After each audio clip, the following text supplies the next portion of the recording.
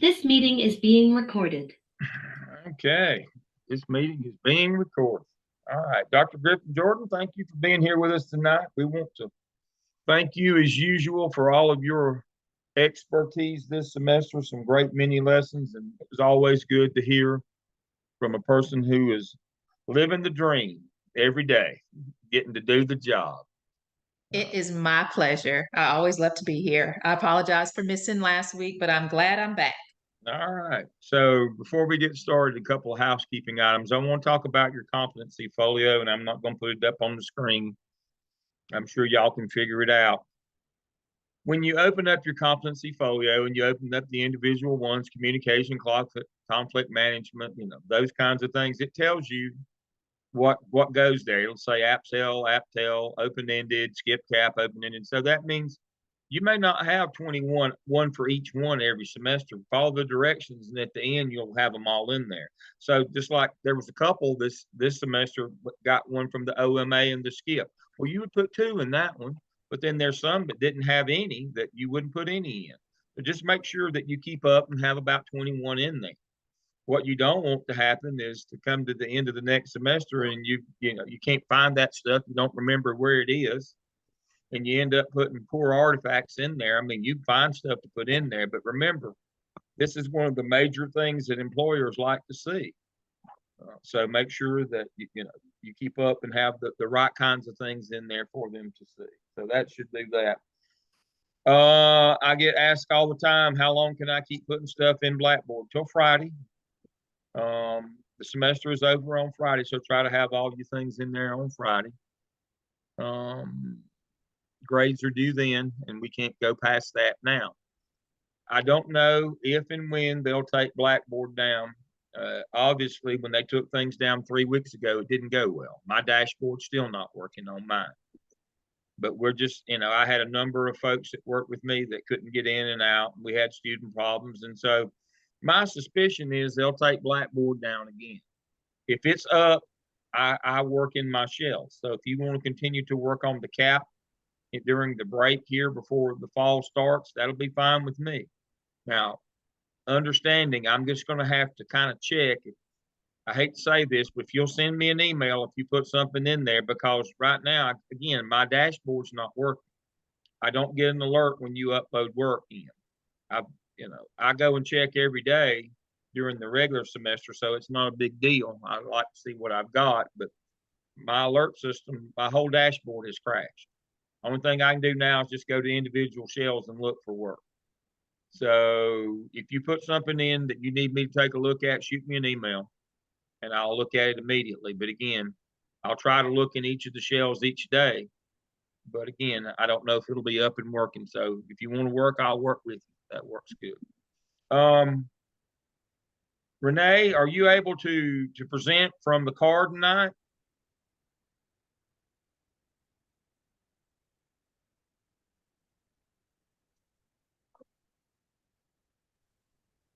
Dr. Lamb, Shannon is going to present. We all just going to come in with our part. All right. So let's get started then. We have a special request for them to go early tonight, and so we're gonna let them do that. So let's get rolling. We don't want to be here all night. I know y'all don't. I don't mind. I got nothing else to do. Thank you. Alicia, can you guys see the PowerPoint? Yes. We can. Yes.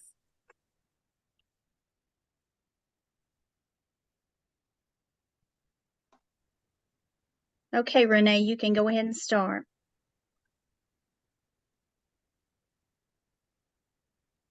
Okay. So tonight, sorry, I moved the PowerPoint. Go back to the first one. We want to say our names, introduce ourselves.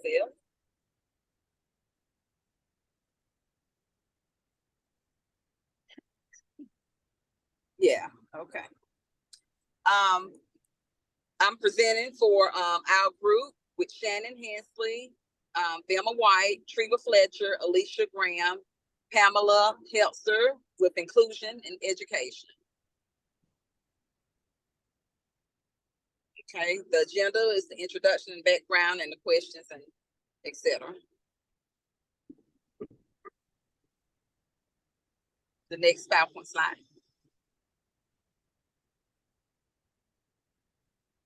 The next slide, please.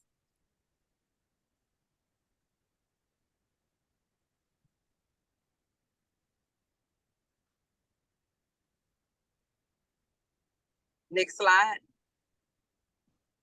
Shannon, can you advance the slide? I think She looks Shannon, like I think she's, she's I frozen. think she's she's frozen. Oh. I didn't know if it was me or not. I'm looking like, oh, Lord, Lord.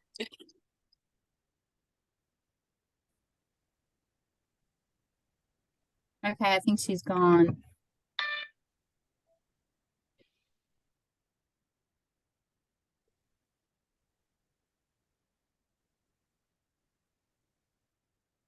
I'll pull it up. Hold on a second. Okay.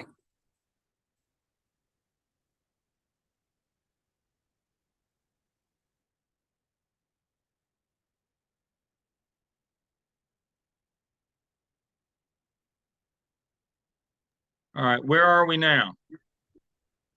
Should be on slide 2. But no, we've lost Shannon completely. Yes, we lost Shannon. I think Pam is gonna pull it up on her end.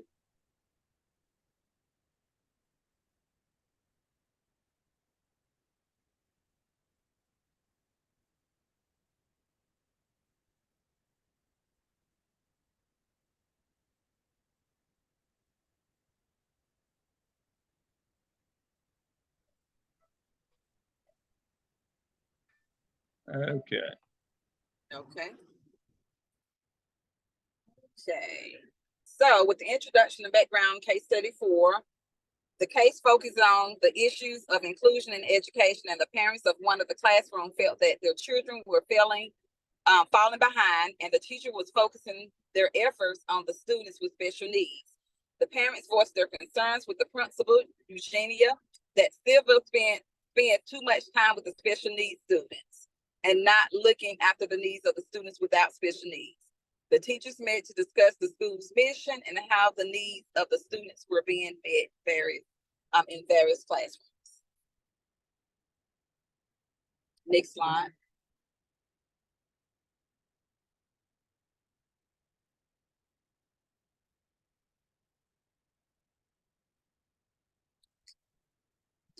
I think that's Shannon's part, but if she's not on, I can do it for her.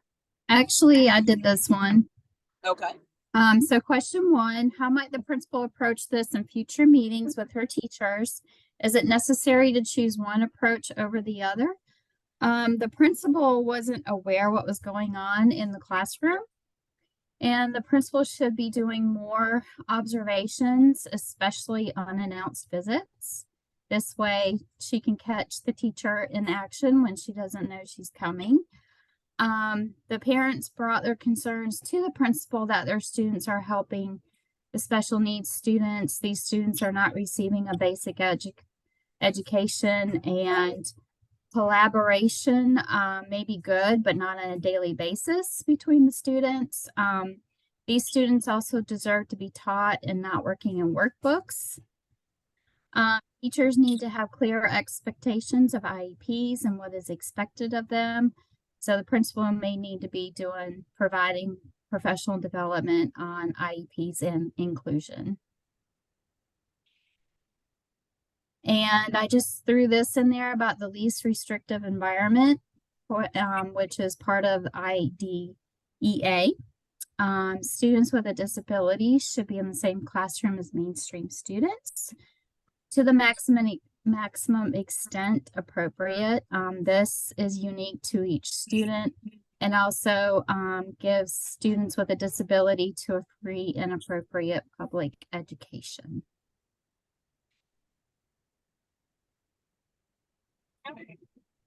Question 2, what is the path that Eugenia should take?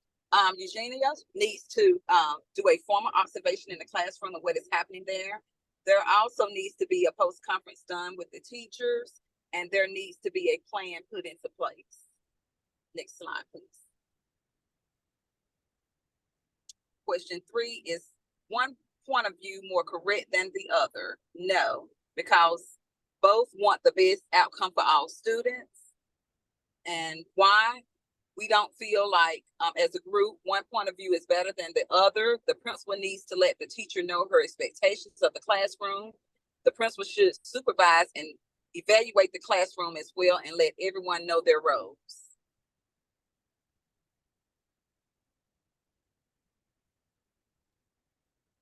Okay, both sides have valid points, but the law must be followed. IEPs, those are legal contracts. Both sides are passionate about their thoughts. They need to put aside their personal thoughts and follow the law. The principal should develop a plan that offers a full continuum of services for students with disabilities and communicate those expectations for making student-centered placements decisions to the staff. Okay. Next slide. Okay. What kind of collaboration from the children's families might the principal and the teachers propose in order to improve the inclusion education program, encourage and appreciate for diversity, and stimulate learning for all students at the school? Parents need to collaborate to identify what areas of the student's development need attention and determine together appropriate goals and objectives to achieve. Parents should be able to visit classrooms to see what their child is learning and how they respond to learning new concepts. Many parents need to understand about special education needs, willingness to communicate and matters pertaining to special education needs, perceived roles in implementing special education needs, and expectations of each other's roles in implementing education needs. As an expert in the area of learning and evaluation, what might Ishmael and the technical coordinator do to integrate and create some harmony out of differences in opinion amongst the teachers? He should provide strategies such as differentiate instructional approaches that are tailored towards individual students and support for all students according to their needs. Ishmael should plan together with the teachers to meet the needs of the students. Based off of my experience, I'm a 7th grade math EC teacher, and it's very important that the inclusion teacher and the special education teacher plan together, because sometimes those students fail behind because of some of the instruction might not be on their level. So it's good to have some kind of parallel teaching going on, pull those kids in her classroom, the special education teacher in the resource classroom sometimes, or set those classrooms up where those students can get what they need for they can be on the same level as everyone else. Question 6, what actions might Sylvia take with the families of the children in order to learn and share the achievements and experiences they have observed among? Seek assistance on how to address IEPs correctly and obtain further support from the instructional coach. Once a plan has been formulated, make sure that everybody, is done in the classroom, set up through classroom practices, and then possibly with parent conferences, be intentional to talk about those specific student needs that are needed. In the earlier slide, Pam, if you go back up to, I think, slide 2, I had put right there that deals with like Brown versus Board of Education. All students have constitutional right to equal education. We have the 1972, 1973 versus the Commonwealth. All children, regardless of disability, have basic right to education, the 14th Amendment. 1972, MELS versus Board of Education, DC. You cannot exclude children with disabilities from public education, even if it's you can't use lack of funding as an excuse. 1975, education for all handicapped children, provide federal funds and establish regulations to protect equal access to free and appropriate public education. The 1990 Americans with Disability Act protects those with disabilities from discrimination and guarantees equal access and opportunities. And in 2004, individuals with disability ensures special education and related services to children with disabilities. Everyone should know the laws that deal with these type children. And if you go back to Pam, where we were at the end,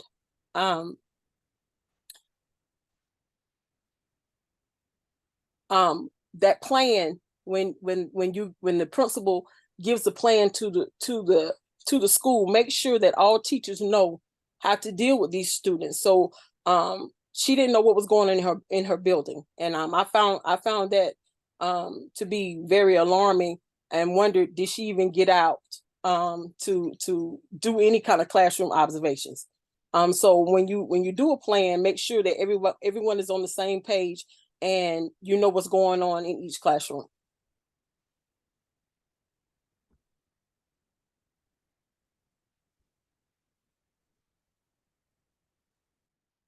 And so the ethical paradigms, first of all, ethical, the principal was not making herself present in the classrooms enough to see what was going on in the classroom and to see what, as far as with the inclusion model, she wasn't even in the classroom to even know. So when the parent approached her about his concerns, she wasn't even able to address them because she knew very little, if anything, about what was even going on in the classrooms. Justice, the principal was not making sure that the EC students were being served according to their IEPs. She was not assuring that the general education students were being given solid instruction rather than just simply being given workbooks and worksheets every day to do on their own. Care, the principal showed no care for her students and that she had no idea what was going on in the classrooms, and no care for her staff and that they had no guidelines for how they were to handle these inclusion classrooms. This was evident when all of the teachers had two different points of view. None of the staff had a clear picture of what the principal expected and what the principal wanted to see in these, what she wanted the inclusion classes to look like. Critique, the principal never took ownership of the situation. She sent the technical coordinator to observe how the other teachers were handling the inclusion classrooms rather than go in and observe for herself. Also, when she spoke with Eugenie, she was not able to even converse with her about how things should look. Basically, this teacher told her this is how things should be, and she really had no response to it. The teacher was clearly offended, and the principal wasn't even able to respond to it in any type of way. Profession, the principal was completely in the dark about what was going on in the classroom, and when confronted by parents, she didn't even go into the classroom to see for herself. She did not understand the students' IEPs as well.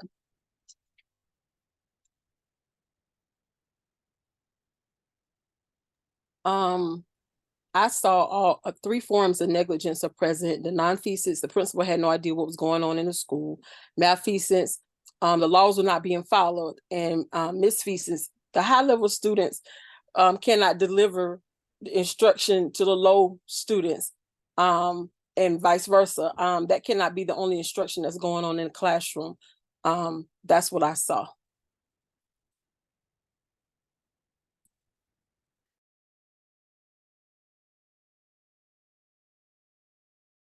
I'm gonna let my colleague, Dr. Griffin Jordan, go and give her feedback, and then I want to talk a little bit. Excellent presentation. Yes, wonderful presentation. Couple of points at the beginning. It was acknowledged that the principal she did not know what was going on in the classroom.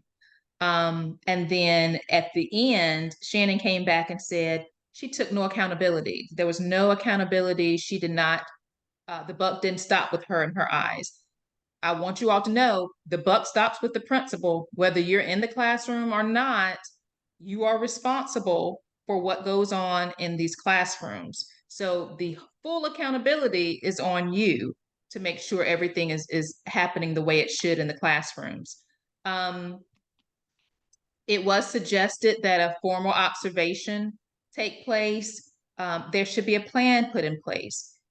It should be known what the principal wants from the inclusion class. I think, let's see, Shannon mentioned that no one knew what the principal expected from the inclusion class and what types of things she wanted to see. These are things that you take care of at the beginning of the school year. When you're meeting with your staff, you have a staff retreat, a big staff meeting. You, as the leader of the school, you must lay out everything that you are expecting the teachers to do and how you expect them to serve the students. Let's see, the IEP, it was mentioned that as a legal contract, it is, you can get sued. Lots of school districts have gotten sued because they did not follow the IEP as written. They altered it, or they just ignored it altogether. These are legal documents. It must be followed. But especially if you have a new teacher or someone who's not too keen on what they're supposed to do, it is your job as the leader of the school to make sure either you or you get someone from the district to come in. Somebody needs to train these teachers so that they'll know what to expect and their expectations. Treva mentioned that the special education teacher and the regular education teacher must plan together. This happens before school starts. When you're planning for your master schedule, your whole master calendar, they need to be sitting together because you're going to plan not for teachers. You don't plan, okay, this teacher wants this period planning and she wants to teach math 1 this period and she wants to teach this that period. You don't plan for the teachers. You plan for your special populations to make sure they get the classes that they need when they need it. Dr. Lamb, did you want to say something? That comes first. Remember the yes, rationale? yes. Special pops come first, teachers come last. It doesn't matter what they want to do. You got to cover your bases legally. That's what Dr. Griffin Jordan is telling you right there. It's got to be first. It can't be last. Because if it's last, you will find out you will have a special pop student over here and one over there, and nowhere to put them, no teacher to teach all of them at all of those different times that is fitting for the teachers. So make the teachers understand we are here for the students. The schedule is around the students. Once you your regular education and your special populations or special education teachers meet and decide where can we put the students together so that they can be best served, then you build your schedule all around that. That's how it goes. And then they have to plan and they have to teach together. So they're going to be spending a lot of time during PLCs. That special education teacher needs to push into the PLCs for that department so that she'll know and be aware of all the things that the department is doing. So it's a lot of collaboration. But overall, this was a very good case study. You brought out several good points. And Alicia mentioned be intentional. Make sure your service plan is intentional when you deliver it and get the word out to your teachers about what you expect from them. Excellent. Let's do a quick review. When you did OMA Task 1, you identified the 5 most common special populations programs, and we had you do an audit of that. Remember that? Is AIG one of those? Yes, it's a federally identified special population. All right. Y'all might have mentioned this and I just might have missed it. Do you think that it's in the federal plan that you can use AIG kids to teach other kids? No. No, that was a violation of federal law right there. All right. So remember that. Not only were the EC kids not getting what they were supposed to get, the AIG kids, their rights were, we're out of federal compliance on them as well. So don't forget that. Remember your special pops programs. It's not just the EC kids, it's the AG kids at the other end as well. Too many times we forget those, and those are the ones, remember, those parents have means. They have political means and financial means. That's the ones that'll wear you out on the other end. All right, so don't forget that because we had you do the special populations to make sure you understood that. All right. Let's move and talk let's talk about the Leandro case. All right. What does every kid, even if he's not AIG, or if he's not EC, what about that regular ed kid and his basic ed? What does Leandro case tell us about those kids? Sound basic education. There you go. That's where that one ties back to this case. So we know that the EC kids and the AIG kids, the federal kids, weren't getting what they were supposed to. Do you suspect that the state kids, the one in the middle that's covered by state law, were they getting what they were supposed to get? No, because Leandro says they have to get that. So we violated. We're 3 for 3 violating the law so far. Somebody's going to get us. We can't make everybody mad and expect that it's just going to go. We've made all 3 groups mad now. We violated all 3 of their rights.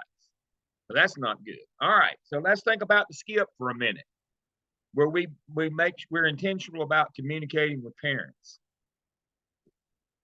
Yes, we want to make sure we have those EC nights for those EC parents, but what about regular ed parents? You think we might ought to have an inclusion night where we invite the regular ed parents so that they'll know what we're doing?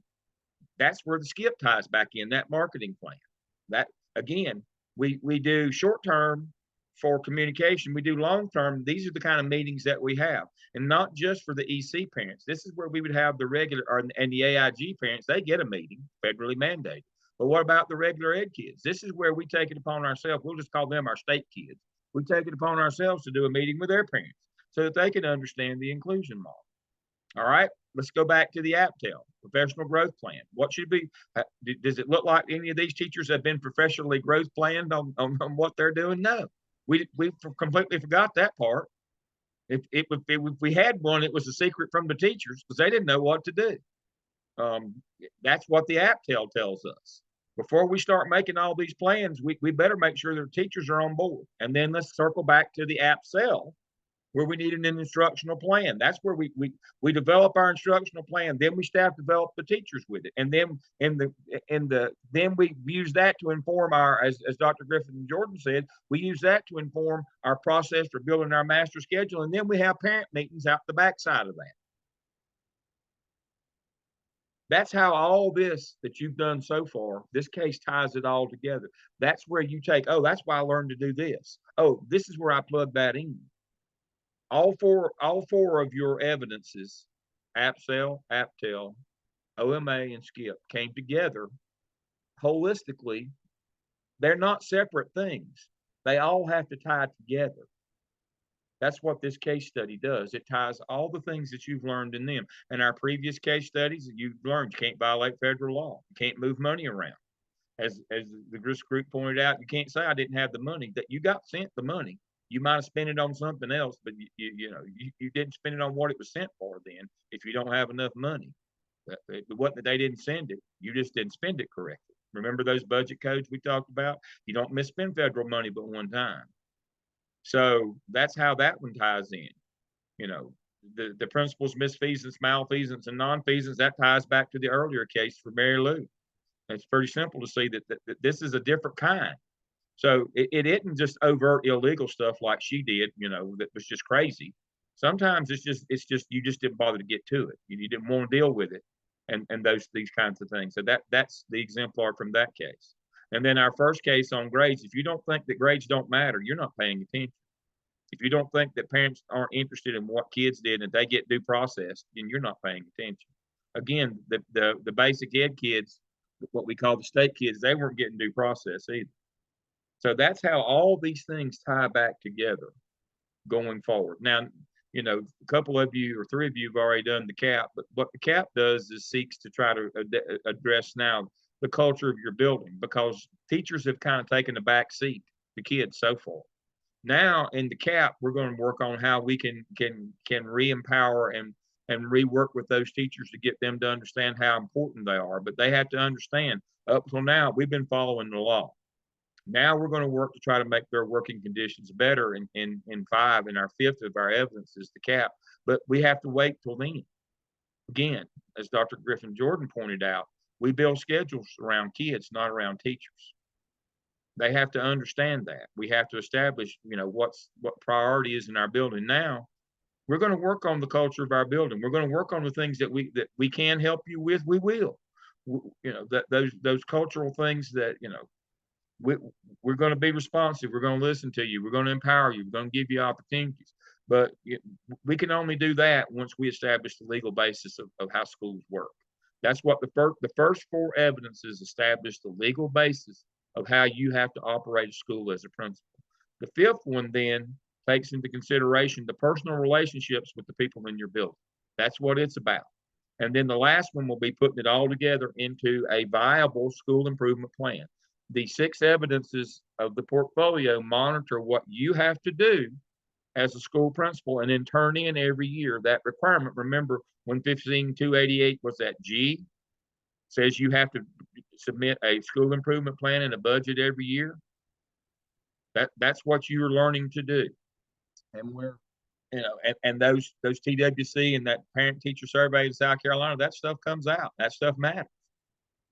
But we can't put the cart before the horse. We have to put students first and learning and instruction first, and then we'll get to the teacher part. Then and only then can we get to them. We're not discounting them. We're not saying they're not valuable. They're at the point of contact. But again, Dr. Griffin Jordan put it the best. We have to build schools around kids and what they need, and not about the people who work there. What do they do at Jones Sausage? They make sausage. What do we do in public school? We teach kids. That's the only reason that we exist. I had to have a somewhat come to Jesus meeting with a central office group that I staff development last week. Folks, without schools, you don't exist. You got to get your house in order, but then you got to go out and work for them. You know, we don't have central offices. If we didn't have schools, we wouldn't have central offices. I had to be the one that delivered that message. Now, the superintendent didn't want to because he's got to work with them every day. I got to go home after 2 days. They'd be mad at me. And that's what you do. You bring somebody in like me that has to have that critical conversation, is what we call them now. We used to call them come to Jesus meetings about what's important in our organization. I had to go have that conversation with the school district central office last week to remind them that without kids in schools, we don't exist. You don't have a job. So you got to quit this infighting and bickering and siloing and turf war and all that stuff. We can't get anything done for schools. That's all we're gonna set and do. Well, it's the same way. I mean, it's a holistic system, and with kids at the center of that system and what they need and what we're legally bound and ethically, morally bound to deliver to them. All right, we're ready for our next group. Excellent job. I hope you can start seeing some of these connections now. Thank you. Thank you.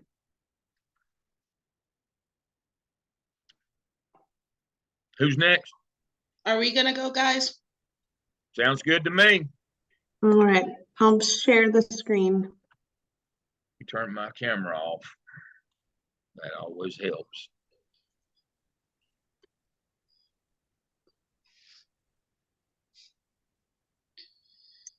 Oh, there we go. I was going to say, remember, I'm a senior citizen. That's a little small for me.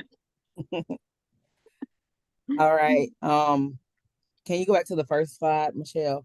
Yeah. No, to the beginning. Oh. All right. So this is case study number 4, inclusive education.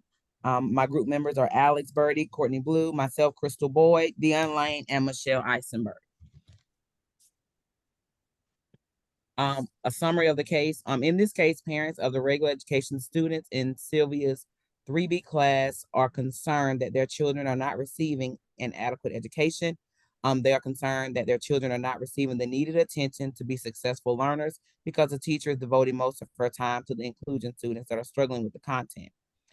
They are also concerned that Sylvia is not using best practices because she is having the regular education students teach the special education students.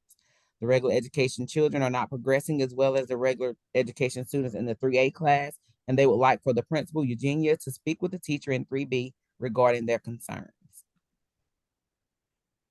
So our questions for reflection, question number 1. How might the principal approach this and future meetings with her teachers? Is it necessary to choose one approach over the other? And with that particular question,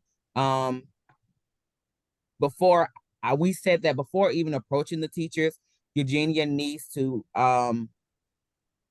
evaluate her teachers and complete walkthroughs of the classroom to get an idea of the instruction taking place in the school. This is part of her job as the instructional leader at the school. She is responsible for making sure that everyone is providing the needed instruction for all students.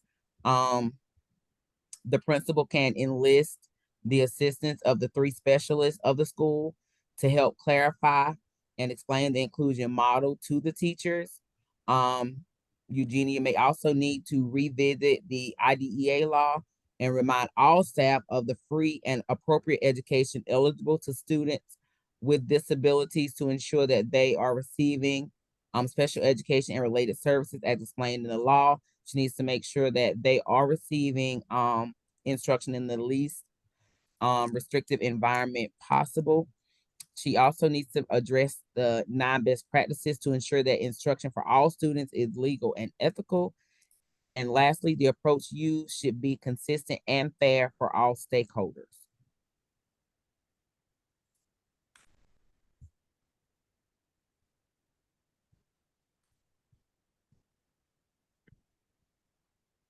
This one is, I think this one belongs to. Yeah, it's me. Okay. What is the path that Eugenia should take? So I began by thinking about the fact that Eugenia is displaying nonfeasance by sending Ishmael basically to do her job. So Eugenia needs to become responsive. So as stated before, she should conduct a formal observation, have a post-observation conference, address the parent concerns with the teacher at that time. She also needs to examine how the intervention specialists are being utilized in the schools. And she needs to ensure that they're using the inclusion model. And inclusion means creating a co-teaching model in the classroom. And this would also alleviate the concerns of both the parents and return equity to Sylvia's classroom, as well as some of the concerns Sylvia expressed. She should additionally find resources to conduct PD surrounding how an inclusion model classroom should work, because as we've all stated so far, clearly the teachers have no idea because Ishmael was getting different feedback from different rooms. And additionally, possibly host a parent night surrounding the inclusion model and how it will work. So all students are getting their free, appropriate public education as mandated by law. And I would suggest utilizing district resources for that particular parent night, so that way they could ensure there's no violation of FERPA guidelines when the meeting occurs. So is one point of view more correct than the other? No, it's not. Everybody just wants what's best for their students. The parents are being advocates for their children. The principal needs to work on the culture and expectations for the school as a whole. Dr. Griffin Jordan mentioned setting those expectations up at the beginning of the school year. Professional development needs to be given so teachers know what to expect and how the inclusion model works. And we also mentioned before that collaboration between all teachers so that the federal funded programs are being followed as intended. Also collaborating with the instructional coach to create a schedule to ensure that all students are being seen by the teacher, and always remembering that students are not meant to be the solution in any case. All right, so what kind of collaboration from the children's family might the principal and teachers propose in order to improve the inclusive education program? So Dion had mentioned a couple of slides ago about hosting a parent night for this purpose. Now, the thing is that we cannot single out or just have it be just the special education students, because then you're identifying them. It can't just be the parents of special education students. So you have a parent night with all of the parents. And as part of that parent night, you educate them on all of the instructional settings.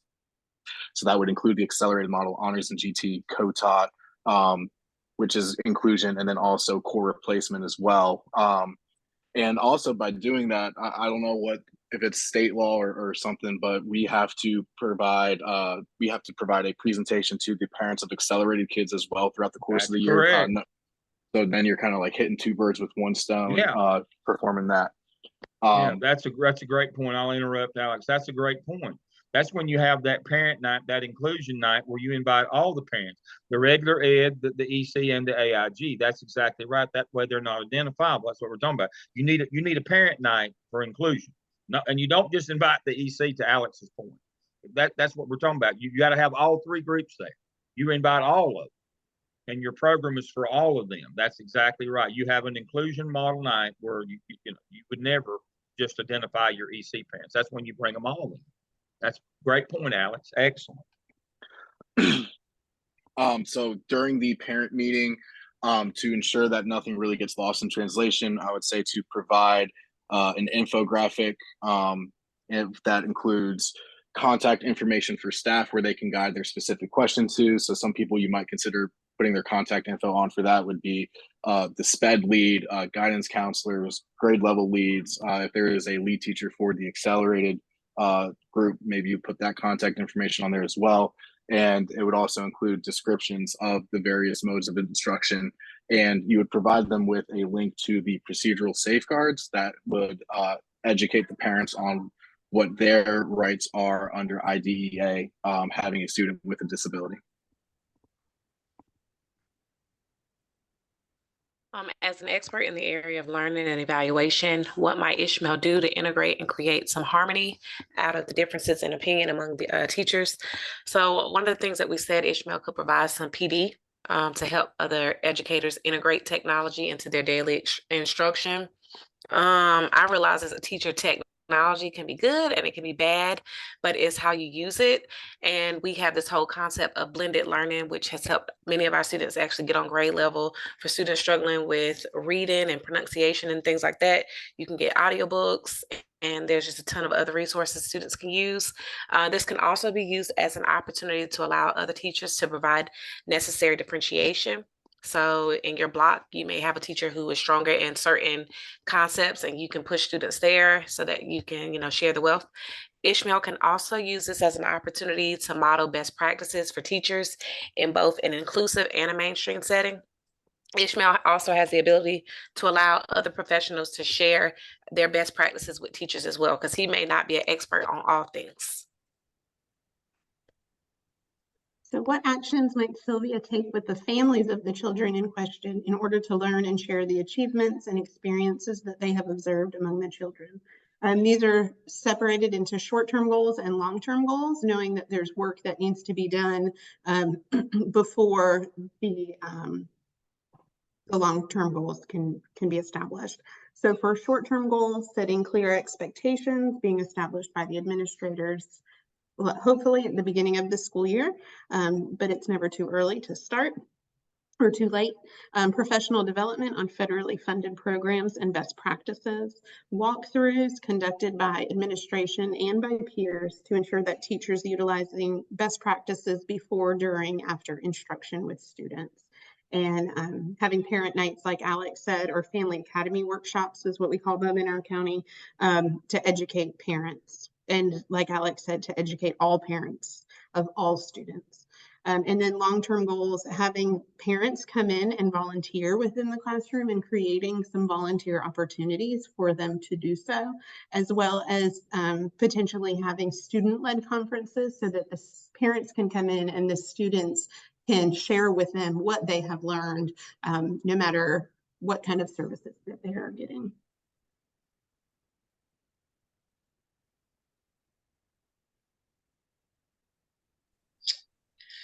Okay, so in examining the paradigms of ethics, I looked at justice and specifically fairness. I think Sylvia, not so Sylvia as well, but Eugenia is displaying unfair treatment of the teacher is displaying unfair treatment of the regular ed kids, but especially by not getting them that sound basic education as prescribed by the Leandro ruling. The kids are sacrificing their education for the education of others, and I mean the regular ed kids.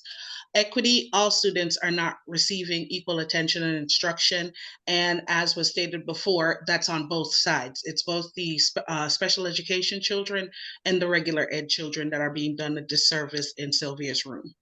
Care, we look at relationships and Eugenia is not really establishing a caring relationship with the parents and the regular ed students.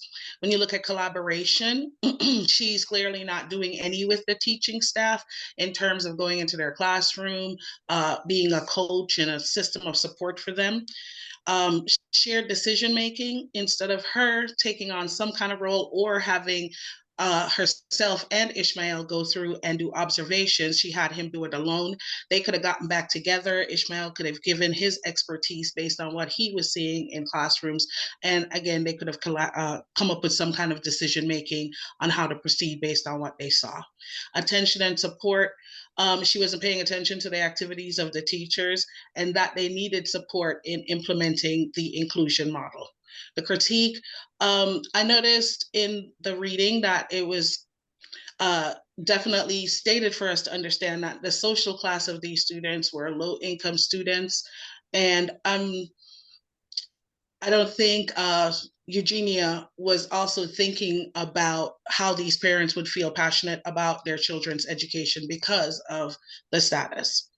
In profession, looking at the accountability for student academic and social success, she's not doing well there. We can clearly see why, because of what's happening in the classroom. Promote social justice and ensure that individual student needs informs all aspects of teaching. Clearly, Sylvia was not using that to inform all aspects of teaching. And again, Eugenia was unaware of this. And looking at the best interest of students, their rights, responsibility, respect are the keys to making decisions that are in the students' best interest. And I do believe it's clear that both Eugenia and Sylvia are guilty of not operating in the best interest of all the students. Mm-hmm.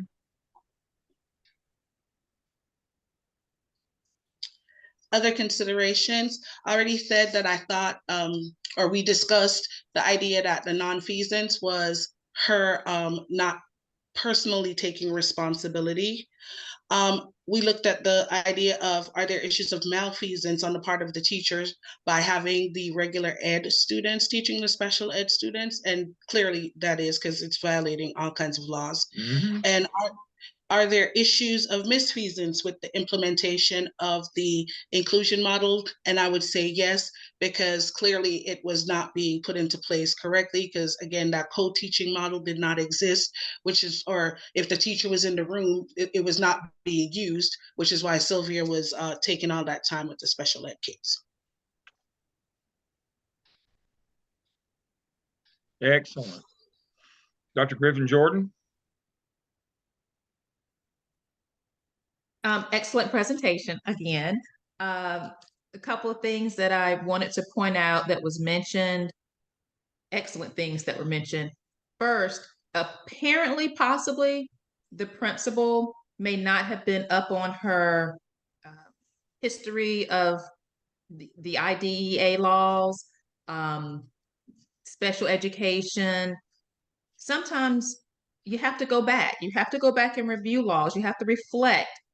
As an administrator, one of your, and teachers as well, one of your evaluation components is, do you reflect on your practice? Do you actually take a step back, look what you have done, need to do, and act on that to get better? So that is something that definitely needs to happen here. It was mentioned by Courtney that you're not going to know everything. You're not going to be an expert at everything. So even though you're the leader of the school, you're not going to know everything there is to know about special programs, special pops, English, social studies, student support services, history, math. You can't know everything, but it's going to be very important that, number one, you have knowledgeable teachers that you hire well, so that you have knowledgeable teachers around you that can also provide support to their colleagues. And it was mentioned, Dion, I believe, make sure you are pulling in resources and have professional development incorporated in your PLCs. You won't be able to lead. Please don't lead every single professional development that your staff has. You have teacher leaders, you have district support. pull in people, experts from your district, pull in your special populations, your special programs, staff members from your district to come in and talk with your teachers. Excellent idea about the parent night. You should have that anyway. So incorporate that knowledge, that transparency, so that parents do know what happens, that you're going to have all types of students in the classroom. But this is how we're going to serve all types of students in our classroom. So the parents are aware that, number one, you do have differentiated instruction. Number two, you know exactly what you're doing, and you're making sure that you're providing the education that their child deserves and will be getting in your class. And if you have all of that and you put it out front, starting in the summer with the planning, with the scheduling, it's more than likely it's going to go smoothly. And with your district support, having them come in as well, everybody's on the same page and teaching the same thing. Excellent. Now, this is a perfect case of when we talked about the skip, that we have parents come to school, but they're there for ball games. They're there for talent show. They're there for those kinds of things. But you're sadly mistaken if you think because you won the ball game on Friday night that they're going to give you a pass if their kid's not getting educated. We focus too much on the entertainment events in school and not on the academic events, and that's the whole notion of the long-term goals of the skip is we got to refocus. Yes, we want to have a ball game. Yes, we want to do community spirit thing. But the day-to-day, we'll get a whole lot more mileage out of having that parent meeting when we invite all the parents to an inclusion model than we will if we won the basketball game on Friday night. I mean, that's just the nature of the beast. We have to know that. Now, what I want to talk about now for a minute is Ishmael. All right, so we have these we have these instructional technology coaches or people in our schools now. I don't know if all of you have one, these IT people. And I'm going to go out on a limb here and say that 90% of them are being misused. That's another reason why I like this case. This is a classic example of misusing your IT. Your IT person is supposed to be working with your teachers to better utilize the technology to do better instructional delivery. We don't need to be the same person that comes and evaluates you shouldn't be the one that comes and helps you. That doesn't work that way. And too many times we throw those people under the bus. They're there to support teachers and get them to better understand and utilize the technology that helps them with instruction. And when we put them in a supervisory role or an evaluative role, we're abusing them. That's wrong from every perspective. So this circles back to personnel. You hire people for specific jobs, and then that's the jobs that you have them to do. That goes back to the APTEL and goes back to what you learned on human resources in your and during that block. And what we talked about this semester in human resources. That human resources management that Dr. Griffin Jordan did with you, that wonderful PowerPoint that she had. I mean, these people are all here for a reason. You can't have them doing something other than what they were hired for. That's not going to work well for you. Kids won't get what they need, and problems are going to ensue. So please understand that everybody in your building has a role. Your responsibility as a principal to make sure that you provide them the resources and the support to be successful in the role that they've been hired and are supposed to portray. Don't give them things because you don't want to do them or you're unwilling or unable. And in the end, it doesn't matter if you can't do them or won't do them. All that matters is you didn't do them. And you can't substitute somebody else to do the dirty work, whether it's your IT person or other roles in your building. There's certain things that you've got to do as a principal that you can't avoid. It's just part of the role, and that making sure that everybody that whatever their role is that you help them to be successful in that role, and you don't co-opt that corrupted morals deal. You don't take and use them to do the dirty jobs that you don't want to do. And so, of all the people that I'm aware of in the public school business, the IT people get the worst end of it than anybody I know. rarely do they get to do what exactly they were hired for, which is support teachers using technology in their classrooms. They're fixing somebody's computer all the time. They're getting the printer up. Oh, by the way, if you know how to make a printer work, and you get the copy machine up, they end up being, the Minolta guy all the time, or they end up doing all those kinds of things, everything except what they were actually hired to do, which was support teachers in the classroom. So that's an example for all of us, is know what your people are supposed to do and make sure that you facilitate them to do that. That's one of the better human resources lessons that we should take from this case as well. All right, we're ready for group 3. We'll go. All right. Jolyn, you want me to pull it up, or do you? That would be great.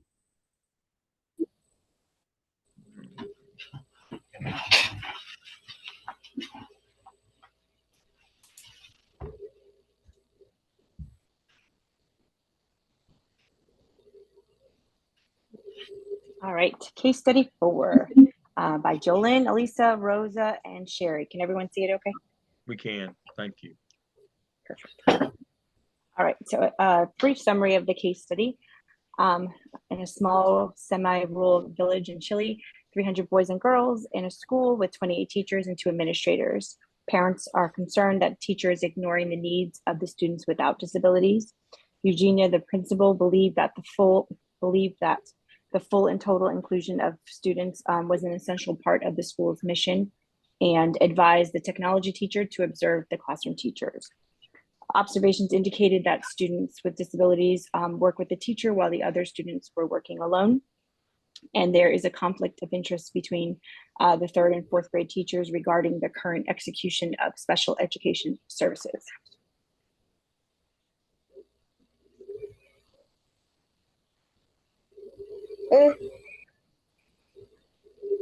Okay, legal and ethical concerns.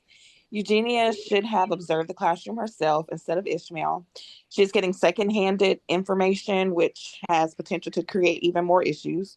She's ultimately in charge of student achievement, so she needs to find out what is going on. All students should receive equal, fair education. IEPs of students must be followed, as well as the IDEA. The LRE means kids who get special education should be in the same classrooms as other kids as much as possible. Teacher still has to set the tone to decide how or what that looks in their classroom to achieve the notion that all students receive the same level of education. Also, be sure not to violate the FERPA.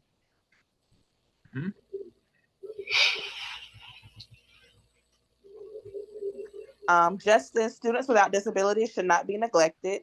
In this case, it seems as if a teacher had good intentions for student learning, but failed to treat all students equally. The students with disabilities were receiving more one-on-one instruction than the other classmates, which is not fair.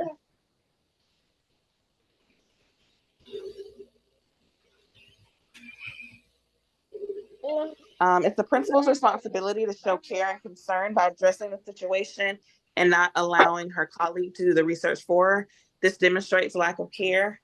Her actions show that she does not want to address the problems in the classroom. Students should not have to sacrifice their own education for their classmates.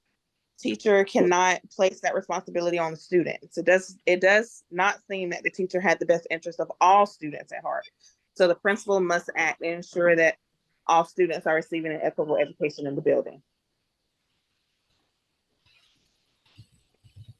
And the principal must follow the IEPs and the IDEA. The principal stated there are things in place to assist students with disabilities, and it is not solely on the general teacher to do so. The teacher was neglecting her students without disabilities. More attention was placed on students with disabilities, as stated previously. The principal should have observed the classroom herself instead of sending her colleague.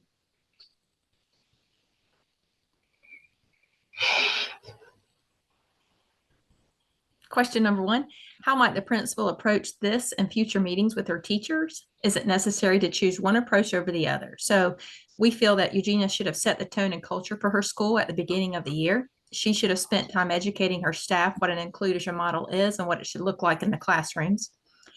At this point, she should be in the classrooms observing, providing constructive feedback, and designing PLCs or a PD around the inclusion model and what she notices in the classroom.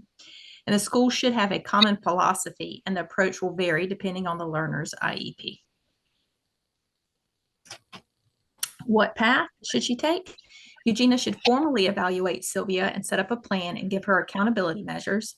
She should work with integration specialists to create PLCs between them and the various grade levels. She should expect her students to be in the least restrictive environment, but also in a classroom in which inclusion teachers work with the lead teacher to help support the students, teachers that need the help.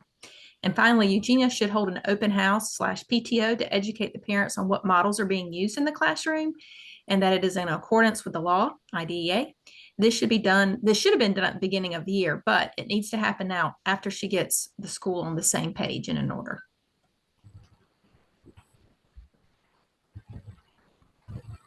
Is one point of view more correct than the other, and why?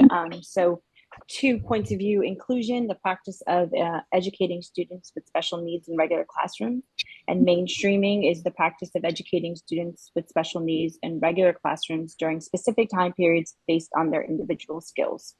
So both sides have valid points. However, the school must consider if all students are receiving a sound basic education, that the IEP is being followed with fidelity and in accordance with the law. It's important to note that a student's IEP is a legal document and should be created in a way that is reasonably calculated to help the student benefit from the special education and related services provided. And then collaboration with the children's families. So the school must open the lines of communication. They can do that through hosting curriculum night, which includes a session about special education programs that are available, involving families in decision-making opportunities, making sure that your staff is utilizing inclusive language and practicing equity, communicating with families regularly regarding their child's progress, and encouraging families to become part of the PTA or school improvement team.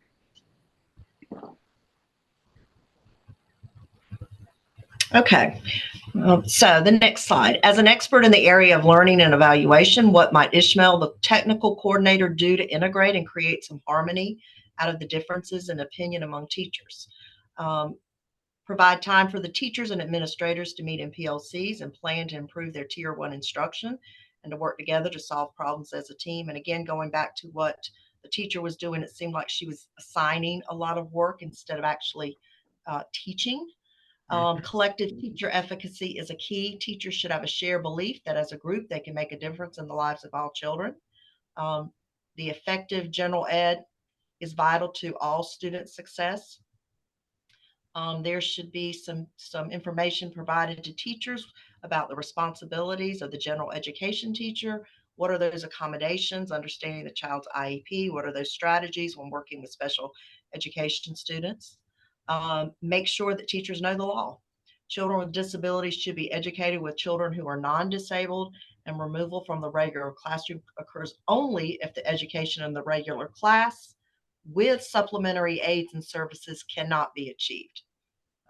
So that was something that we talked a lot about. All right, next slide. All right, so I don't know what happened to my other slide, but the question about the actions that Sylvia may take with the families. Some of the things that we talked about, just like the other groups, was to provide that training and resources to teachers. Education is key. Communicate with the families and the community about the ways in which the ways in which children learn. They do learn through working together, through collaboration. And just wanted to mention that one of the things that I read that I thought was interesting was that sometimes parents from diverse backgrounds and cultures, view the cause of a child's disability different than parents in the U.S. So thinking about this situation in Chile.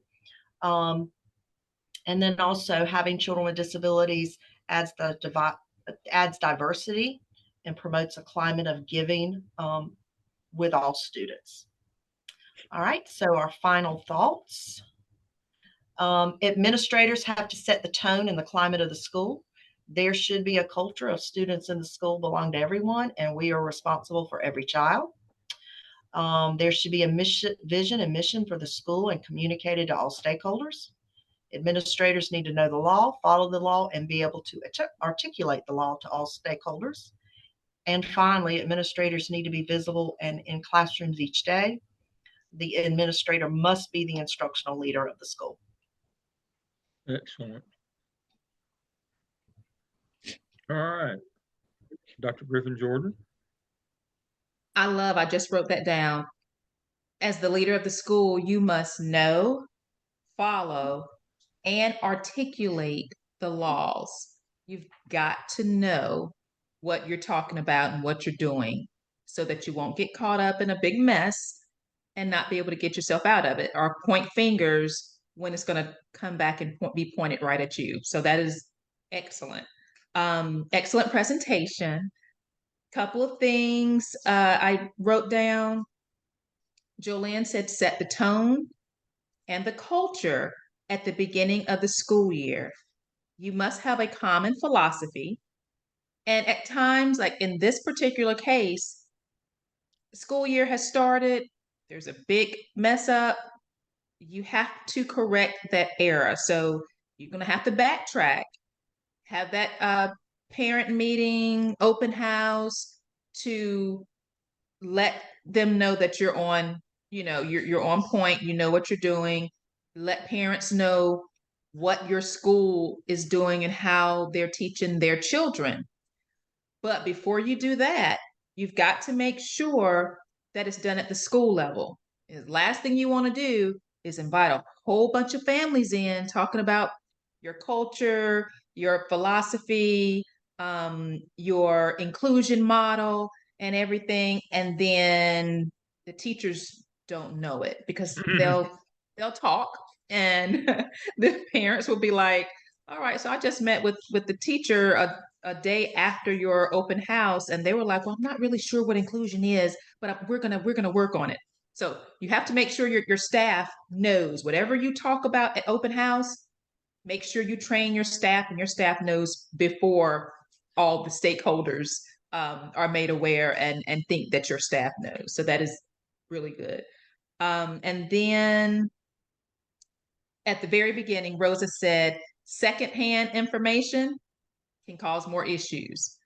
You cannot be the one to say, well, my assistant principal said this, or my counselor said this.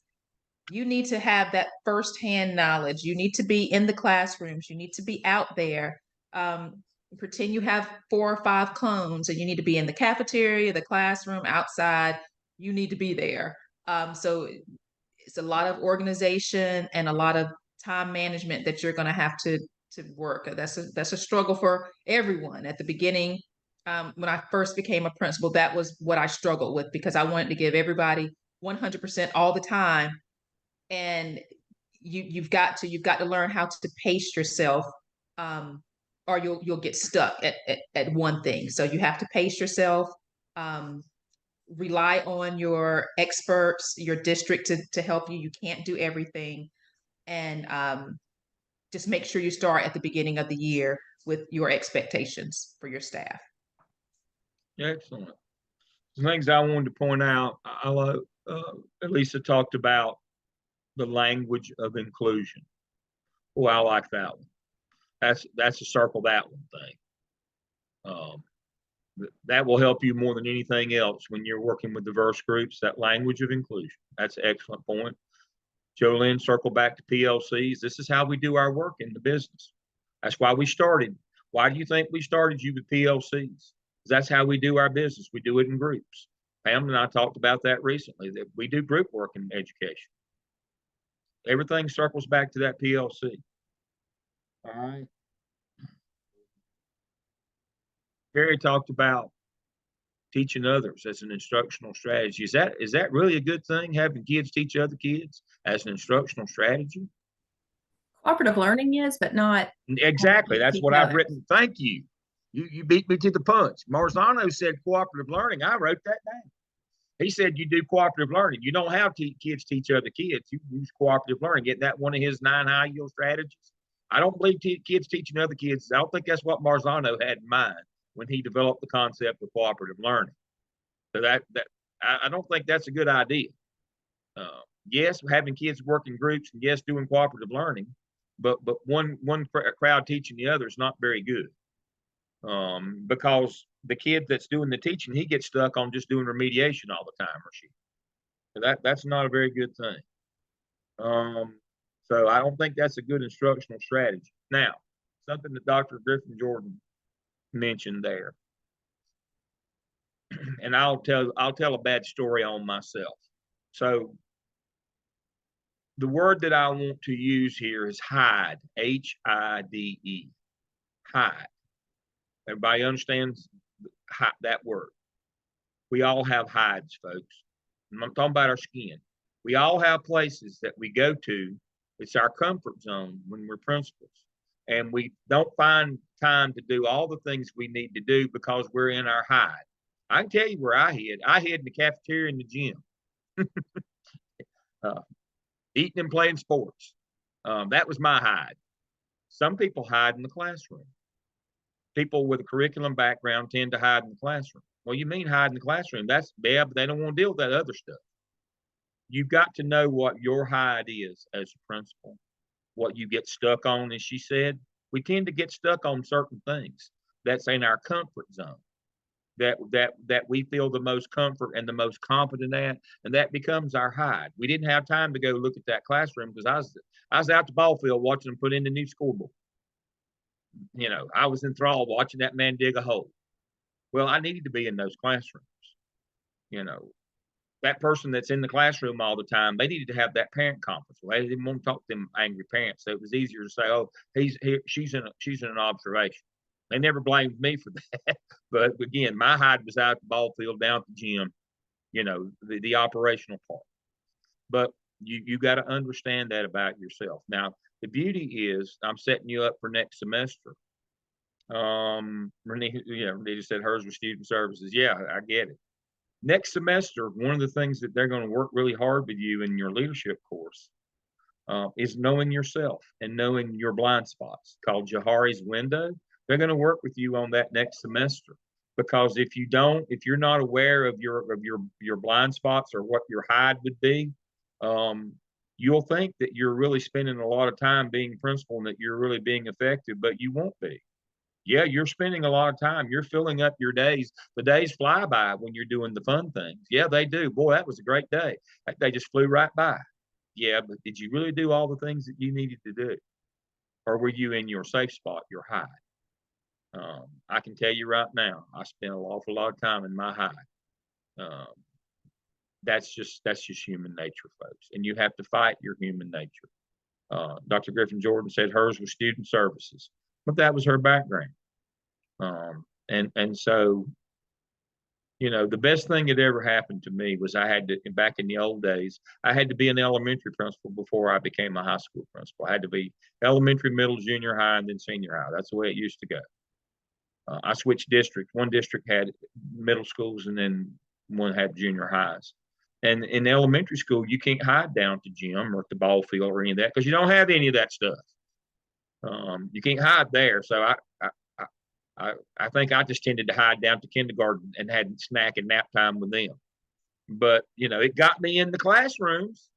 I mean, that's the thing about it. Was my experience had been secondary, and when I became the elementary principal, I didn't have any of my comfortable places where I could hide anymore, and it forced me to get into the rooms. And so, you know, next semester we're going to spend a good bit of time with you trying to get you to see your blind spots, where, you know, what your natural proclivities are, and that so that you can battle those to do things, all the things you need to do, not just the things that you want to do. All right, our last group, last go round. This is we're on. We can see the finish line from here.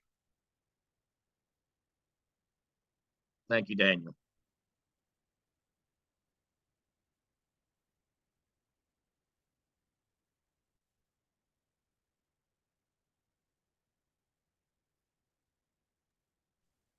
All right, I think I'm first today. All All right. right, so as everyone has said, this is the inclusion case study 4. My group members are Keshana, myself, Stephanie, Larissa, and Daniel.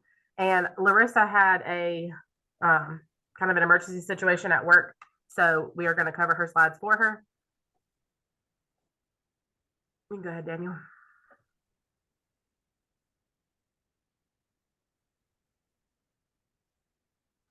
All right, the case study summary. We said during a parent association meeting, parents spoke their concerns about their child's education in a specific teacher's classroom. Eugenia consulted with Ishmael to address the teacher because his opinions are well regarded and respected. That was her reasoning. Eugenia met with Sylvia to address parent concerns from the meeting. Ishmael met with other teachers on how they handle inclusion. The grade level teachers shared their opinions on inclusion and had differing opinions. And then Eugenia scheduled a meeting with the teachers to address the tension brought on from the concerns of these parents. The principal's role in special education. So as we have all stated, principals must advocate for all of their students and be aware of the needs of the students who qualify for special services under IDEA or accommodations under 504. Principals should and have to familiarize themselves with the essential difference between special education law and IDEA compared to the civil rights law under section 504. Principals have to adhere to the processes and procedures while safeguarding parental and student rights, making decisions related to the discipline of students on IEPs, and recently a new definition that constitutes an appropriate education. And then these were some of our questions. I'm going to go through the first few. How might the principal approach this and future meetings with her teachers? As everyone else has stated, first, she needs to conduct her own classroom observations. It was pretty clear to us that she's not present as much as she should be within the school. She needs to present in any meetings that involve her teachers. She needs to be present there. Eugenia should only include specialists that are serving the student and the general education teacher because they are all on a need to know basis. We felt like she was including too many people that were not right to know. Eugenia needs to collect data before speaking with her teachers.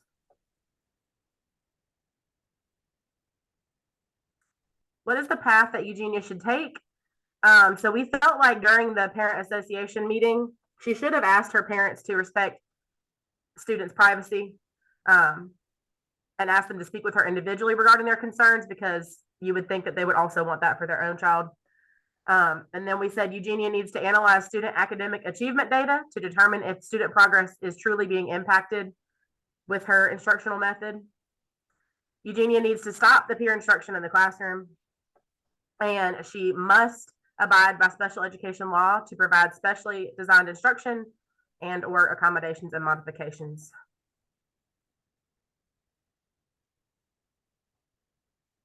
Is one point of view more correct than the other? We said no, both sides had valid points. We didn't feel like either of them were necessarily correct. We said students enrolled in general education courses are held to the same academic standards regardless of their disability. Students receiving special education may receive testing accommodations. Students should receive push-in or pull-out instruction based on that specific student's special education plan, and the parents must be involved in their special education process.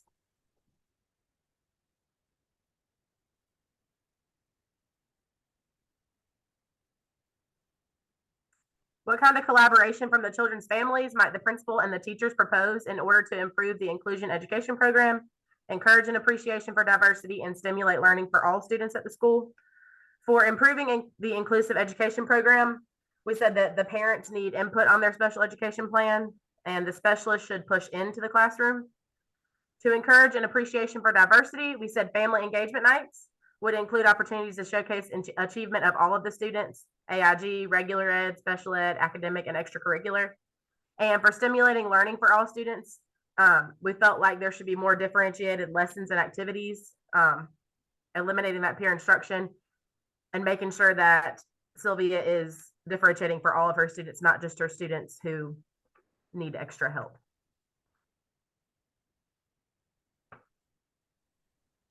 So in the area of learning and evaluation, what might Ishmael, the technical coordinator, do to integrate and create some harmony out of the difference in opinion among the teachers? So for when evaluation, we say provide teachers with digital data collection tools, digital testing accommodation for students on district, school level, and state mandated exams. And when it comes to learning, we say assist classroom teachers with providing assistive technology to students, helping teachers with digital accommodations, and collect a list of digital programs for teachers to differentiate instruction for all of their students. So what actions must Sylvia take with the families of the children in question in order to learn and share the achievements and experiences they have observed among the children? So we said collect data on individual students' academic progress, collect student work samples, schedule meetings with individual families to discuss their students' progress, and send weekly classroom newsletters with digital or physical feedback forms for parents. So we're going to quickly discuss inclusion versus mainstreaming. So with inclusion versus mainstreaming, inclusion means all children are welcomed in a shared learning environment. And there's some characteristics of that, of full participation in general education classrooms, the high expectation for all students, differentiated instruction and assessment, and team collaboration, really focusing on the family school partnership and regular meetings among the SPED staff, ESL staff, and the general education teachers. So mainstreaming is the difference between inclusion versus mainstreaming. Mainstreaming is providing specialized learning materials such as large prints text or audio versions of textbooks, and then classroom accommodations like special desks or projectors. Inclusion typically focuses on supporting students with disabilities through individualized learning goals, accommodations, and modifications so they're able to access the general education curriculum in the gen ed classroom. And they're also to be held to the same high expectations of their peers. The advantages and disadvantages of inclusion in the classroom, some benefits is that advantages, improving the cognitive, motor, speech, social, and emotional development of children through communication with their peers, the functional mastery of skills and abilities, a focus on strengths and abilities of a child in the learning process, participation in public life and establishing friendly relationships with other children, better understanding of individual characteristics of students, mastering various pedagogical techniques for effective work tasks, taking into account individuals and approaching children's a perception for better understanding of different situations. Some potential disadvantages of classroom inclusion.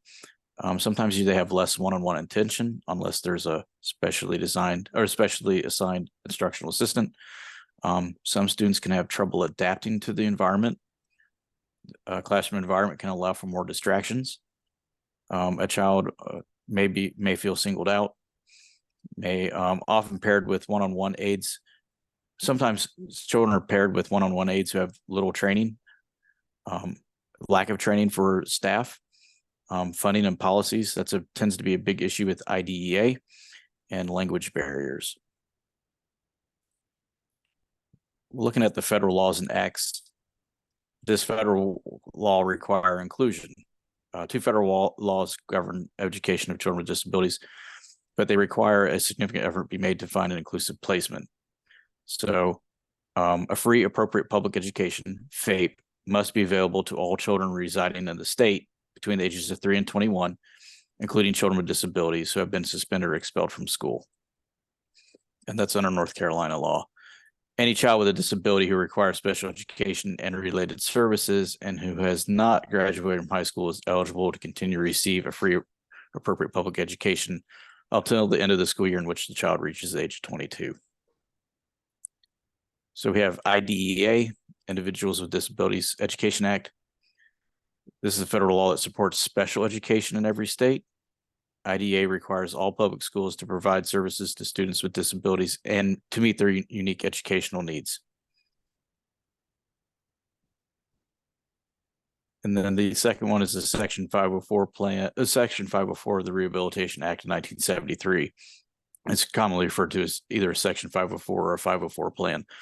And what that does is designed to protect the rights of individuals with disabilities and programs and activities that receive federal financial assistance. For both of these, a student has to be identified with a disability. They has to go through an eligibility process. and then is determined by the 504 team or the IEP team on how to proceed to address those child's needs. What really boils down to between an IEP plan and a 504 plan is that an IEP plan is specially designed instruction. It provides accommodations and modifications and related services. It does not carry over to college once the child turns, once they graduate high school or they turn 22. And that's the end of the IEP. The 504 plan, that provides accommodations and modifications and related services. It does not provide the specially designed instruction to meet any sort of instructional goals. It can carry over to college.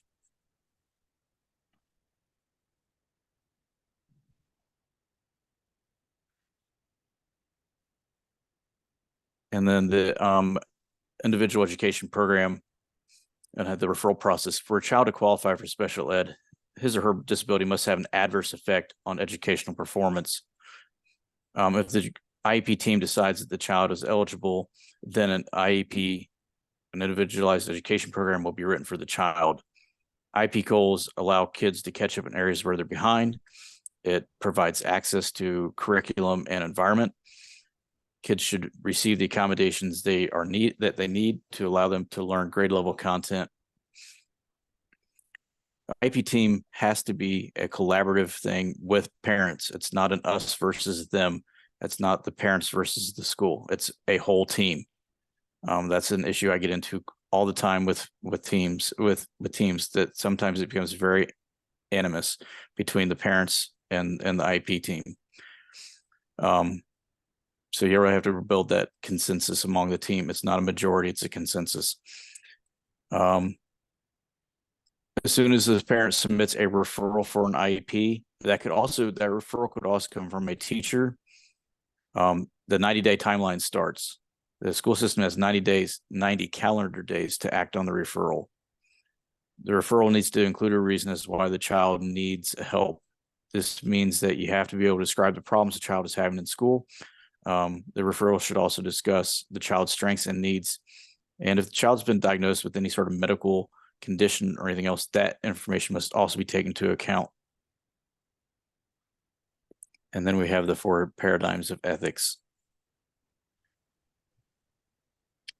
So starting with profession, we discussed that Eugenia displayed concern for the opinions of the parents.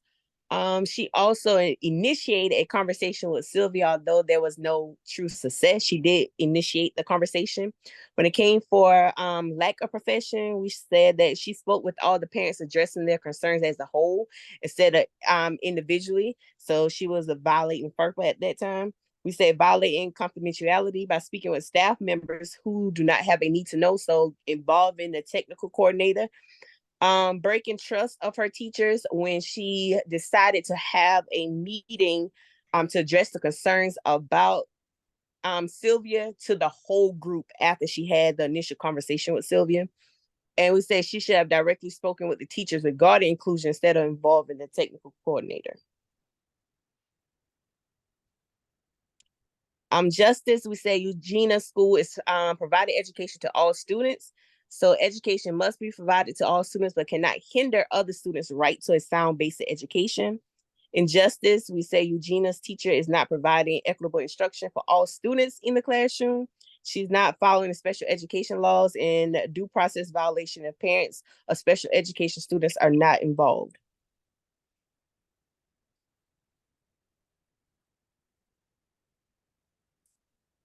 So with critique, she was empathetic towards Sylvia when they met to discuss the situation. When it came down to human rights, we said all students are to be provided a sound basic education, which they weren't. Power, she did not exercise her right of power to collect data, meet with her teachers for the inclusion team and provide instruction. And last, care, we say Eugenia took the time to listen to the parents' complaints. She attempted to lessen the tension by scheduling a meeting with the teachers. When it came to lack of care, we said first with loyalty and trust, she addressed the parents' concerns about Sylvia in front of her peers after speaking to Sylvia. concern and connection. She did not take the time to speak with the teachers about the issue of inclusion. They do not have the same understanding of inclusion in the classroom. And when it came down to collaboration, she has not worked with her teachers to define what inclusion looks like in their classrooms. Excellent. Excellent. Dr. Griffin Jordan. That was wonderful. Daniel, good job at talking about the difference between the mainstream support versus the inclusion, and then even bringing in what 504 is versus the IEP, and what types of accommodations and supports would carry on with them after high school. All these conversations are important, and the staff need to know, and the parents need to know. That's something that I'm at high school that gets discussed quite regularly for our students when they get ready to go to college. That conversation comes up. It also comes up when they're taking their college entrance exams, because just because we give them accommodations at the school level does not mean ACT or College Board is going to give them accommodations. They have to apply for accommodations there as well. So just knowing that, you know, these are the rules, this is how it applies to us, but once you leave us, that could be different. So that was great conversation there. Stephanie mentioned that you have to show respect and you have to respect privacy. So that separate conversation should have taken place separately from everybody else. And that is where you're bringing in your FERPA. And then on the back end, Kishana mentioned the building trust. It's really hard to build trust, but trust is gone just like that. And it may never be built back up. So be very cognizant of your reprimands, be very, just be aware of what you say, when you say, who's around when you say it. Make sure you're not breaking any type of FERPA laws, whether you're talking to students in front of other students or teachers in front of other teachers. Just be mindful. It's always good to pull in someone and speak separately to them as opposed to blasting it out in front of everyone. So those were really good points. Thank you very much. One of the, you know that on all of the activities, we can fit 16 down to 6 for summer, but you know, there's multiple pieces to all the activities, and you see each time I try to have a personal note when I respond, but I always respond with what the takeaways were. And you know, my takeaway on IEP meetings is it doesn't matter who did the paperwork or all that. And Daniel made a great point. The decisions have to be collaborative. I found that the things that I found to be the most problematic or the most important, I write in those takeaways when I write back to you on your, and that's the one thing that I found to be the most problematic part of exceptional children for me during my time, the 17 years that I was a principal, and even when I was in the central office, the most problematic is those IEP meetings were often contentious. And it just went down, and we couldn't get anything right after that. If those meetings are bad, then nothing goes well for your exceptional children's program. And everybody's got to understand that works with you there in that building, that these meetings, I don't care that you just spent all this time and you did all the work and did all the data and wrote it doesn't matter. The decisions are collaborative. And if everybody's on that page, usually it goes a lot better. And if they aren't, boy, it goes bad in a hurry. And then you can't get anything right after that. So that's a great point. That's my takeaway on IEP meetings. You got to understand they're collaborative. I love Kishana's. I loved her point about need to know. You love your staff, you support your staff, but again, when you're talking about federal FERPA laws, everybody doesn't need to know. That's just like we don't just grab random people to pull into an IEP meeting when you're the LEA rep. Well, I don't have another regular ed teacher handy. We'll get Jolene, although Pam's the one that teaches that kid. No, they don't have a need to know. That need to know is what really gets you. That's where you get caught on purpose. You grab people or you talk to people that don't have a need to know. And that's the standard when you go to court. And that's what they wear you out with. So you better remember that one. Now,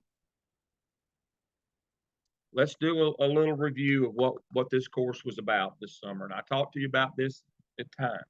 I told you the overall arcing philosophy of 603 is gradual release, where you take more responsibility for the quality of your work and following directions.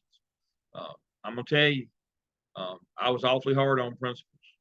How many times have I got to tell you something? Why hadn't you got your paperwork in? Time management. What were you doing we weren't paying you for that kept you from doing what we were paying you for? I was too hard. I acknowledge that. But, you know, we pay for responsibility, time management, doing the things that you need to do, not hanging out in your hide, not doing those kinds of things. And so our emphasis this semester was the group last semester are wonderful. They held you tightly. They took personal responsibility for you. This semester, I told you, we're going to do gradual release. We're going to shift some of that responsibility to you, and hopefully by the end of next semester, it will be complete. We worked on big picture. We worked on changing your lens. We worked on personal responsibility. One of the things that we always do in our law and finance course, whether it's good or bad, I think it's absolutely the best, is we have an expert practitioner to tell you how they do it every day. Remember, this is an operations course. This is not a philosophy course. This is an operation of how you run school. What better than to have an expert practitioner right here every night with you telling you, this is how I do it. You should do this. Here's the pitfalls of that. This is how this works best. You needed that. And so you had an expert practitioner with you all the way. And I couldn't be more thankful to have her working with me. And then kind of finally is the case studies. There's a reason why we do case studies this way, as I mentioned earlier. We work in PLCs in school. We work in small collaborative groups. You've got to learn how to do that. If you can't manage those, if you can't be a part of that, the school business will not be for you. It'll beat you up. And so, you know, that's part of how we do our business, is we do it in collaborative groups, and they won't always work well. So I hope that you got something from the course this summer. Again, you've all been stars. I told you that. I've tried to point out every week, you know, things that caught my eye. I told you, I read every bit of this stuff. I am sincerely interested that we don't just produce another crop of average administrators. I want you all to be great. We're proud of our colleague Pam. She's got a recent promotion.